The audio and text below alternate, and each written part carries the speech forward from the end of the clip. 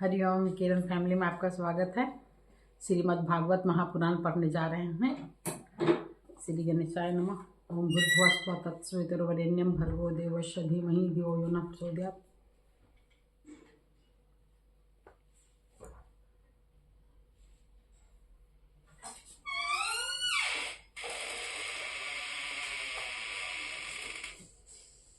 श्री राधा कृष्णाभ्याम नमः।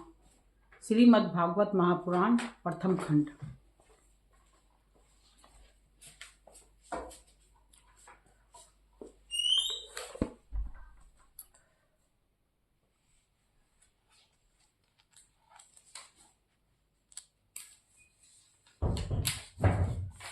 सप्तम स्कंद और पंचमो अध्याय।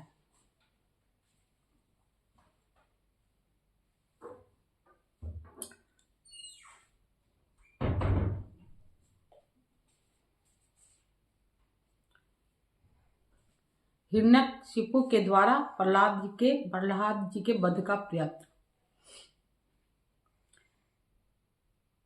नारद जी कहते हैं, युधिष्ठिर, दैत्यों ने भगवान श्री शुक्राचार्य को अपना पुरोहित बनाया था। उनके दो पुत्र थे, षंड और अमर्क। ये दोनों राजमहल के पास ही रहकर हिरण्यकशिपु के द्वारा भेजे हुए नीति निपुण बालक प्रहलाद को और दूसरे पढ़ने योग्य दैत्य बालकों को राजनीतिक, अर्थनीति आदि पढ़ाया करते थे। प्रहलाद गुरु जी का पढ़ाया हुआ पाठ सुन लेते थे और उसे ज्यों का त्यों उन्हें सुना भी दिया करते थे, किंतु उसे मन से अच्छा नहीं समझते थे, क्योंकि उस पाठ का मूल आधार था अपने और पराये का झूठा आग्रह।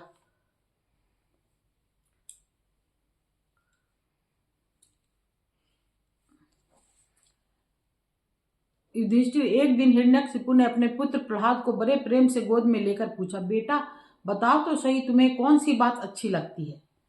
प्रहलाद जी ने कहा, पिताजी, संसार के प्राणी मैं और मेरे के झूठे आग्रह में पड़कर सदा ही अत्यंत उद्विग्न रहते हैं। ऐसे प्राणियों के लिए मैं यही ठीक समझता हूँ कि वे अपने अध पतन के मूल कारण घास से ढके हुए अंधेरे कुएं के समान इस घर को छोड़कर वन में चले जाएं और भगवान श्री हरि की शरण ग्रहण करें।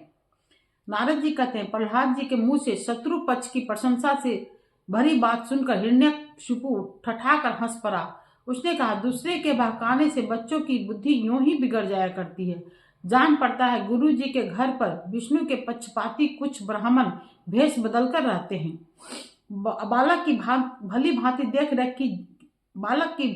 देख रेख की जाए, जिससे अब इसकी बुद्धि बहकने न पाए। जब दैत्यों ने प्रहलाद को गुरु जी के घर पहुंचा दिया, तब पुरोहितों ने उनको बहुत पुचकार कर और फुसलाकर बड़ी मधुर वाणी से पूछा, बेटा प्रहलाद, तुम्हारा कल्याण हो, ठीक ठीक बतलाना, देखो झूठ ना बोलना, या तुम्हारी बुद्धि उल्टी कैसे हो गई? और किसी बालक की बुद्धि तो ऐसी नहीं हुई। कुलनंदन प्रहलाद, बताओ तो बेटा, हम तुम्हारे गुरुजन यह जानना चाहते हैं कि तुम्हारी बुद्धि स्वयं ऐसी हो गई या किसी ने सचमुच तुमको बहका दिया। प्रहलाद जी ने कहा, जिन मनुष्यों की बुद्धि मोह से ग्रस्त हो गई है, उन्हीं को भगवान की माया से यह झूठा दुराग्रह देखा गया है कि यह अपना है और यह पराया। उन मायापति भगवान को मैं नमस्कार करता हूँ। वे भगवान ही जब कृपा करते हैं तब मनुष्यों की पाश्विक बुद्धि नष्ट होती है। उस पशु बुद्धि के कारण ही तो यह मैं हूँ और यह मुझसे भिन्न है। इस प्रकार का झूठा भेदभाव पैदा होता है।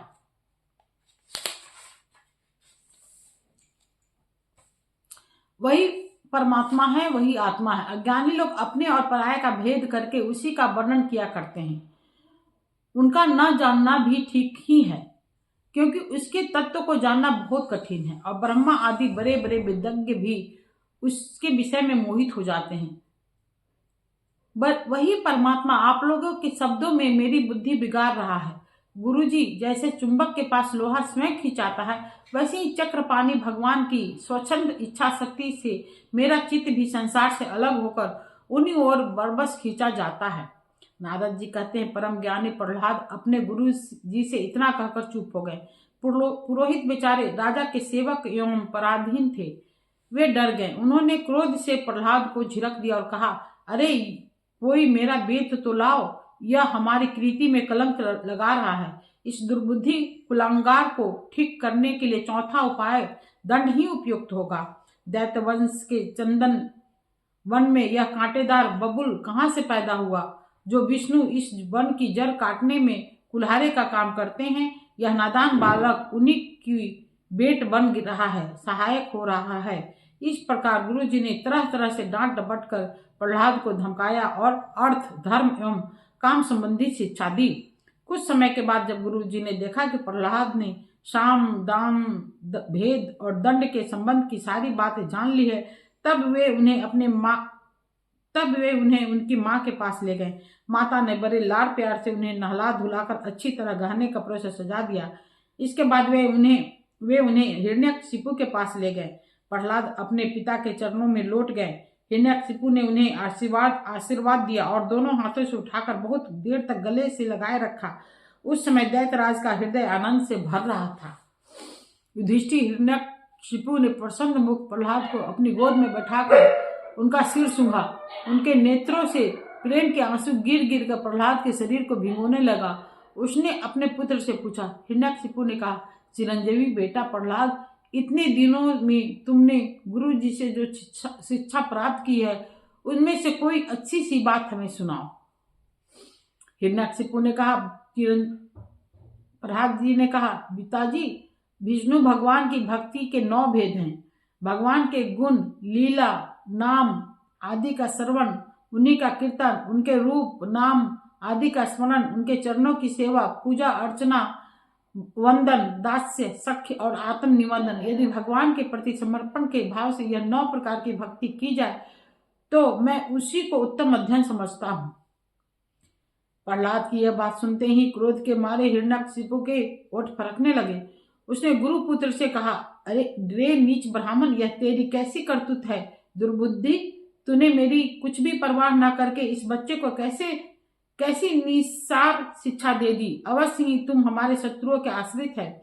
संसार में ऐसे दुष्टों की कमी नहीं है जो मित्र का बाना धारण करके छिपे शत्रु का काम करते हैं, परंतु उनकी कलई ठीक वैसे ही खुल जाती है जैसे छिप कर पाप करने वाला का पाप समय पर रोग के रूप में प्रकट होकर उसकी पोल खोल देता है। गुरुपुत्र ने कहा, इंद्र शत्रु, आपका पुत्र जो कुछ कह रहा है वह मेरे या किसी और के बहकाने से नहीं कह रहा। राजन, यह तो इसकी जन्मजात स्वाभाविक बुद्धि है। आप क्रोध शांत कीजिए, व्यर्थ में हमें दोष न लगाइए। नारद जी कहते हैं, युधिष्ठिर, जब गुरु जी ने ऐसा उत्तर दिया तब हिरण्यकशिपु ने फिर प्रहलाद से पूछा, क्यों रे? यदि तुझे ऐसी अहित करने वाली खोटी बुद्धि गुरुमुख से नहीं मिली तो बताओ कहाँ से प्राप्त हुई? प्रहलाद जी ने कहा, पिताजी, संसार के लोग पिसे हुए को पीस रहे हैं, चबाए हुए को चबाए रहे हैं। उनकी इंद्रियां बस में न होने के कारण वे भोगे हुए विषयों को ही फिर से भोगने के लिए संसार रूप घोर नरक की ओर जा रहे हैं। ऐसे गिरहासक्त पुरुषों की वृद्धि अपने आप किसी के सिखाने से अथवा अपने ही जैसे लोगों के संग से भगवान श्री कृष्ण में नहीं लगती। जो इंद्रियों से दिखने वाले बाह्य विषयों को परम इष्ट समझकर मूर्खतापूर्व अंधों के पीछे अंधों की तरह गड्ढे में गिरने के लिए चले जा रहे हैं और वेदवाणी रस्सी के काम्य कर्मों के दीर्घ बंधन में बंधे हुए हैं। उनको यह बात मालूम नहीं कि हमारे स्वार्थ और परमार्थ भगवान विष्णु ही हैं। उन्हीं की प्राप्ति से हमें सब पुरुषार्थों की प्राप्ति हो सकती है। जिनकी बुद्धि भगवान के चरण कमलों का स्पर्श कर लेती है उनके जन्म मृत्यु का अनर्थ का सर्वथा नाश हो जाता है। परंतु जो लोग अकिंचन भगवत प्रेमी महात्माओं के चरणों के धूल में स्नान नहीं कर लेते उनकी बुद्धि काम्य कर्मों का पूरा सेवन करने पर भी भगवान चरणों का स्पर्श नहीं कर सकती। प्रहलाद जी इतना कहकर चुप हो गए। हिरण्यकशिपु ने क्रोध के मारे अंधा होकर उन्हें अपनी गोदी से उठाकर भूमि पर पटक दिया। प्रहलाद की बात को वह सह न सका। रोष के मारे उसके नेत्र लाल हो गए। वह कहने लगा, दैत्यो, इसे यहाँ से बाहर ले जाओ और तुरंत मार डालो। यह मार डालने योग ही है। देखो तो सही जिसने इसके चाचा को मार डाला अपने सुहृद स्वजनों को छोड़कर यह नीच दास के समान उसी विष्णु के चरणों की पूजा करता है। हो न हो इसके रूप में मेरे भाई को मारने वाला विष्णु ही आ गया है। अब यह विश्वास के योग नहीं है। 5 वर्ष की अवस्था में ही जिसने अपने माता पिता के दुस्तज्य वात्सल्य स्नेह को भुला दिया, वह कृतज्ञ बना भला विष्णु का ही क्या हित करेगा। कोई दूसरा भी यदि औषध के समान भलाई करे तो वह एक प्रकार से पुत्र ही है, पर यदि अपना पुत्र ही अहित करने लगे तो रोग के समान वह शत्रु है। अपने शरीर के ही किसी अंग से सारे शरीर को हानि होती है तो उसे काट डालना चाहिए, क्योंकि उसे काट देने से शेष शरीर सुख से ही जी सकता है। यह सौजन का बाना पहनकर मेरे कोई शत्रु ही आया है। जैसे योगी की भोग लोलुप इंद्रियां उसका अनिष्ट करती है, वैसे ही यह मेरा अहित करने वाला है। इसलिए खाने सोने बैठने आदि के समय किसी भी उपाय से इसे मार डालो। जब हिरण्यकशिपु ने दैत्यों को इस प्रकार आज्ञा दी, तब तीखी दाढ़, विकराल बदन, लाल लाल दाढ़ी मूछ एवं केशों वाले दैत्य हाथों में त्रिशूल लेकर मारो काटो इस प्रकार बड़े जोर से चिल्लाने लगे। प्रहलाद चुपचाप बैठे हुए थे। दैत्य उनके सभी मर्म स्थानों में शूल से घाव कर रहे थे। उस समय प्रहलाद जी का चित्त उन परमात्मा में लगा हुआ था जो मन वाणी के अगोचर सर्वात्मा, समस्त शक्तियों के आधार एवं परम ब्रह्म है। इसलिए उनके सारे प्रहार ठीक वैसे ही निष्फल हो गए जैसे भागहीनों के बड़े बड़े उद्योग धंधे व्यर्थ हो जाते हैं। युधिष्ठिर जब शूल की मार से प्रहलाद के शरीर पर कोई असर नहीं हुआ, तब हिरण्यकशिपु को बड़ी शंका हुई। अब वह प्रहलाद को मार डालने के लिए बड़े हठ से भांति भांति के उपाय करने लगा। उसने उन्हें बड़े बड़े मत वाले हाथी से कुचलवाया, विषधर सांपों से डसवाया, पुरोहितों से कृत्या राक्षसी उत्पन्न कराई, पहाड़ की चोटी से नीचे डलवा दिया, शंबासुर से अनेक प्रकार की माया का प्रयोग करवाया, अंधेरी कोठरी में बंद करा दिया, विष पिलाया और खाना बंद कर दिया।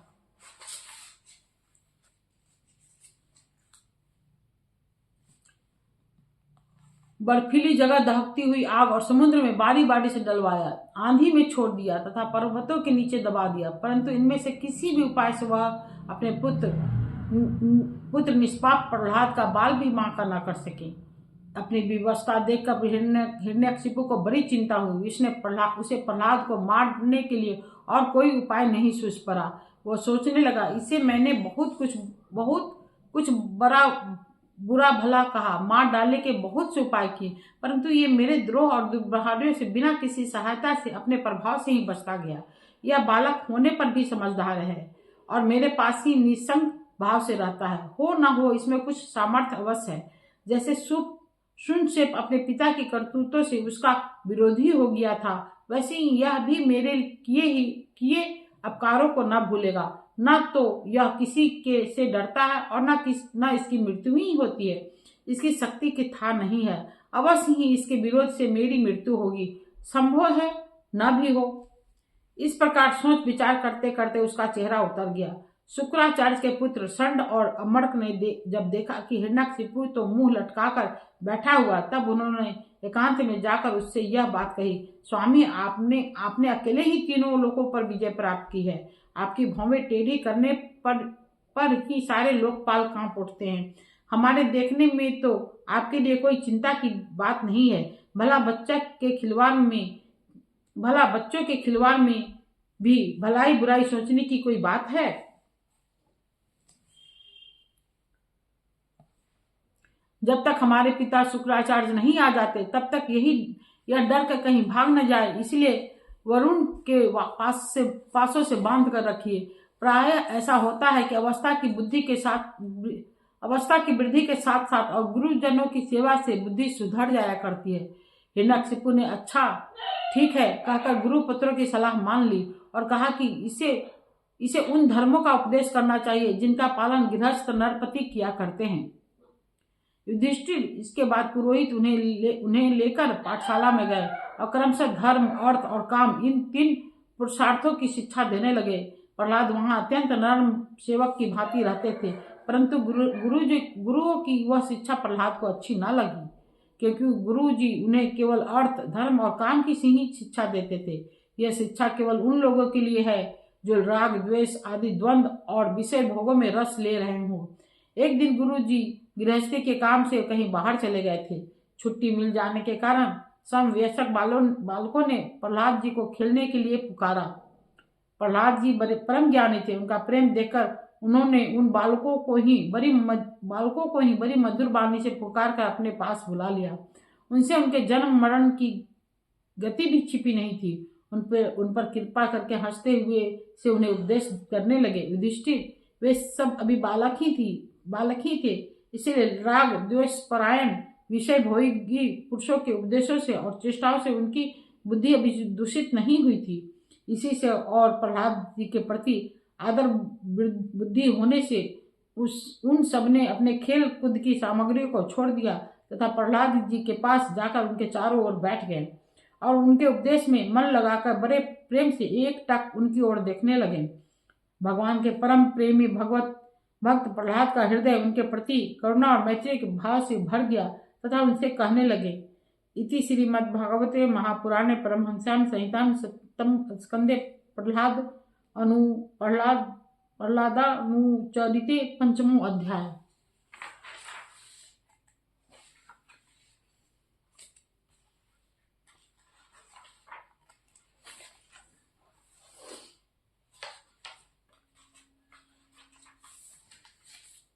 अब छठा अध्याय।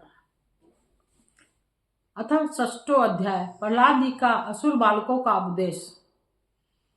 प्रहलाद जी ने कहा, मित्रों, इस संसार में मनुष्य जन्म बड़ा दुर्लभ है। इसके द्वारा विनाशी परमात्मा की प्राप्ति हो सकती है, परंतु पता नहीं कब इसका अंत हो जाए। इसलिए बुद्धिमान पुरुषों को बुढ़ापे या जवानी के भरोसे न रहकर बचपन में ही भगवान की प्राप्ति कराने वाले साधनों का अनुष्ठान कर लेना चाहिए।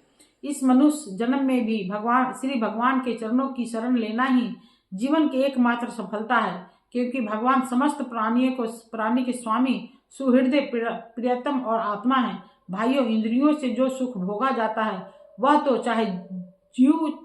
तो जीव चाहे जिस योनि में रहे प्रारब्ध के अनुसार सर्वत्र वैसे ही मिलता रहता है, जैसे बिना किसी प्रकार का प्रयत्न किए निवारण करने पर भी दुख मिलता है।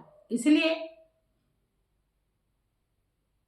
सांसारिक सुख के उद्देश्य से प्रयत्न करने की कोई आवश्यकता नहीं है, क्योंकि स्वयं मिलने वाली वस्तु के लिए परिश्रम करना आयु और शक्ति को व्यर्थ गंवाना है।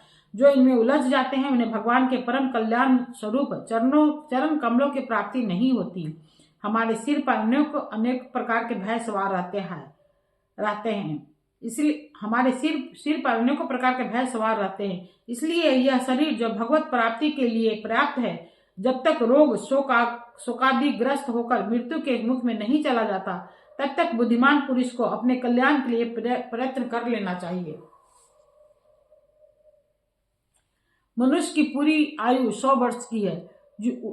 जिन्होंने अपनी इंद्रियों को बस में नहीं कर लिया है, उनकी आयु का आधा हिस्सा तो यूं ही बीत जाता है, क्योंकि वे रात में घोर तमोगुण अज्ञान से ग्रस्त होकर सोते रहते हैं। बचपन में उन्हें अपने हित अहित का ज्ञान नहीं रहता। कुछ बड़े होने पर कुमार अवस्था में वे खेलकूद में लग जाते हैं। इस प्रकार 20 बरस का तो पता ही नहीं चलता। जब बुढ़ापा शरीर को ग्रस लेता है, तब अंत में 20 वर्षों में कुछ करने धरने की शक्ति ही नहीं रह जाती। रह गई बीच की कुछ थोड़ी सी आयु।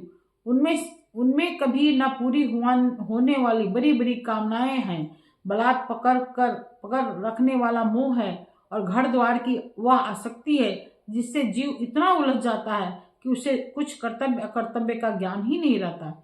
इस प्रकार बची खुची आयु भी हाथ से निकल जाता है। दैत्य बालकों, जिनकी इंद्रियां बस में नहीं है, ऐसा कौन सा पुरुष होगा जो घर गृहस्थी में आसक्त और माया ममता की मजबूत फांसी में फंसे हुए अपने आप को उसे छुड़ाने का साहस कर सके। जिसे चोर सेवक व्यापारी अपने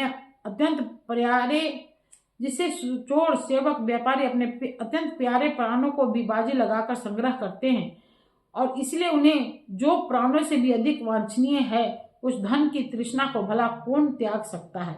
जो अपनी प्रियतमा पत्नी के एकांत सहवास उसकी प्रेम भरी बातों और मीठी मीठी सलाह पर अपने को निछावर कर चुका है। भाई बंधु और मित्रों के स्नेह पास में बंध चुका है और नन्हे नन्हे शिशुओं की तोतली बोली पर लुभा चुका है। भला उन्हें वह कैसे छोड़ सकता है,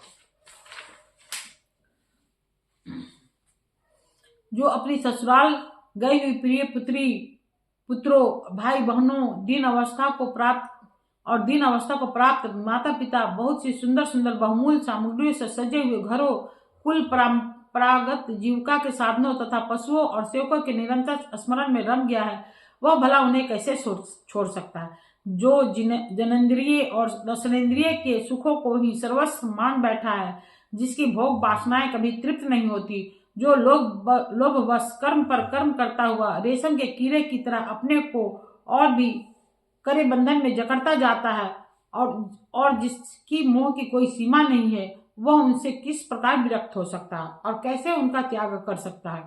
यह मेरा कुटुंब है, इस भाव से उसमें वह इतना रम जाता है कि उसी के पालन पोषण के लिए अपनी अमूल्य आयु को गंवा देता है और उसे यह भी नहीं जान पड़ता कि मेरे जीवन का वास्तविक उद्देश्य नष्ट हो रहा है।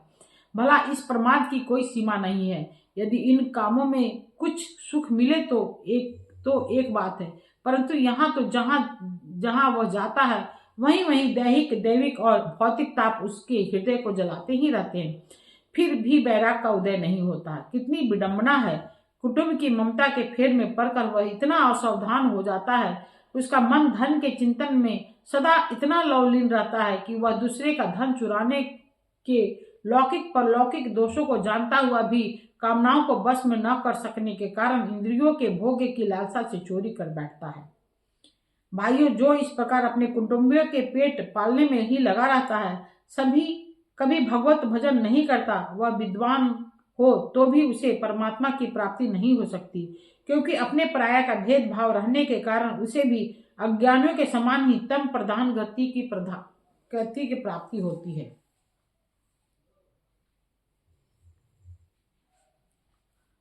जो कामनियों के मनोरंजन का सामान उनका कीड़ा मर्ग बन रहा है और जिसने अपने पैरों में संतान की बेड़ी जकड़ ली है, वह बेचारा गरीब चाहे कोई भी हो, कहीं भी हो, किसी भी प्रकार से अपना उद्धार नहीं कर सकता। इसलिए भाइयों, तुम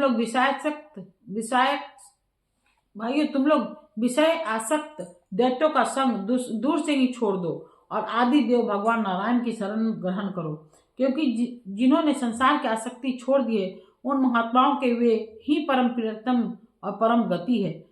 मित्रों, भगवान को प्रसन्न करने के लिए कोई बहुत परिश्रम या प्रयत्न नहीं करना पड़ता, क्योंकि वे समस्त प्राणियों के आत्मा हैं और सर्वत्र सबकी सत्ता के रूप में स्वयं सिद्ध वस्तु हैं। ब्रह्मा से लेकर तिनके तक छोटे बड़े समस्त प्राणियों में, पंचभूतों से बनी हुई वस्तुओं में, पंचभूतों में, सूक्ष्म तन्मात्राओं में, महत्त्व में, तीनों गुणों में और गुणों की साम्यावस्था प्रकृति में एक ही अविनाशी परमात्मा विराजमान है। वे ही समस्त सौंदर्य, माधुर्य और ऐश्वर्यों की खान है। वे ही अंतर्यामी दृष्टा के रूप हैं और वे ही दृश्य जगत के रूप में भी हैं। सर्वथा और अनिर्वचनीय तथा विकल्प रहित होने पर भी दृष्टा और दृश्य, व्याप्य और व्यापक के रूप में उनका निर्वचन किया जाता है। वस्तुतः उनमें एक भी विकल्प नहीं है। वे केवल अनुभव स्वरूप, आनंद स्वरूप एकमात्र परमेश्वर ही हैं। गुणमयी सृष्टि करने वाली माया के द्वारा ही उनका ऐश्वर्य छिप रहा है। इससे निवृत्त होते ही उनके दर्शन होते हैं। इसलिए तुम लोग अपने दैत्यपने का आसुरी संपत्ति त्याग करके समस्त प्राणियों पर दया करो, प्रेम से उसकी भलाई करो, इसी से भगवान प्रसन्न होते हैं।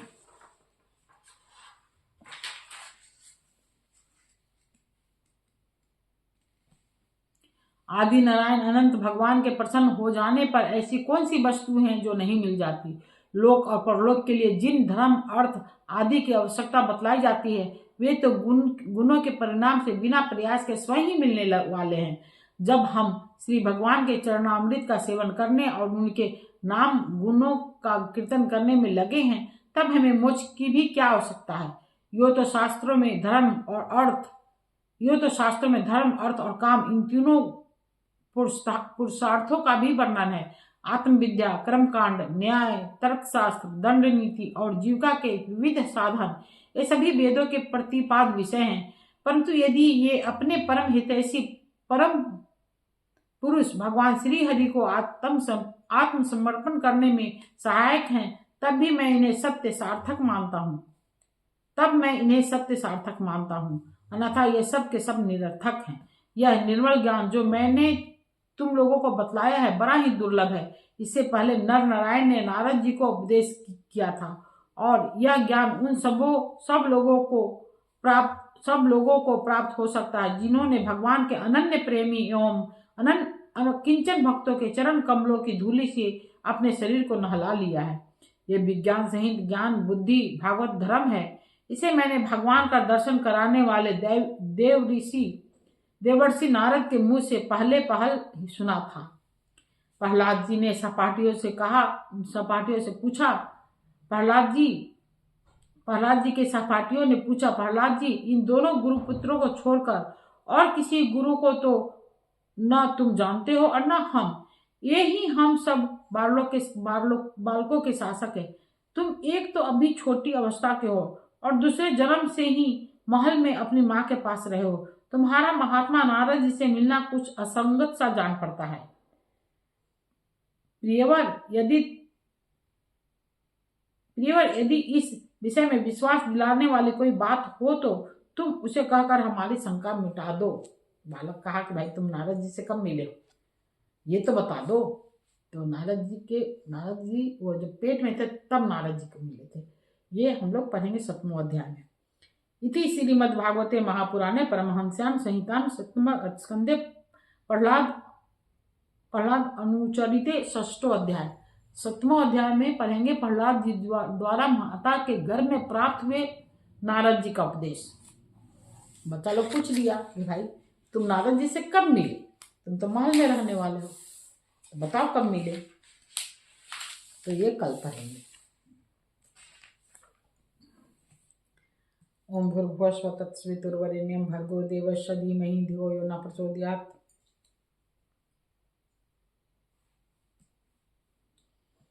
ठीक है दोस्त, हरिओम।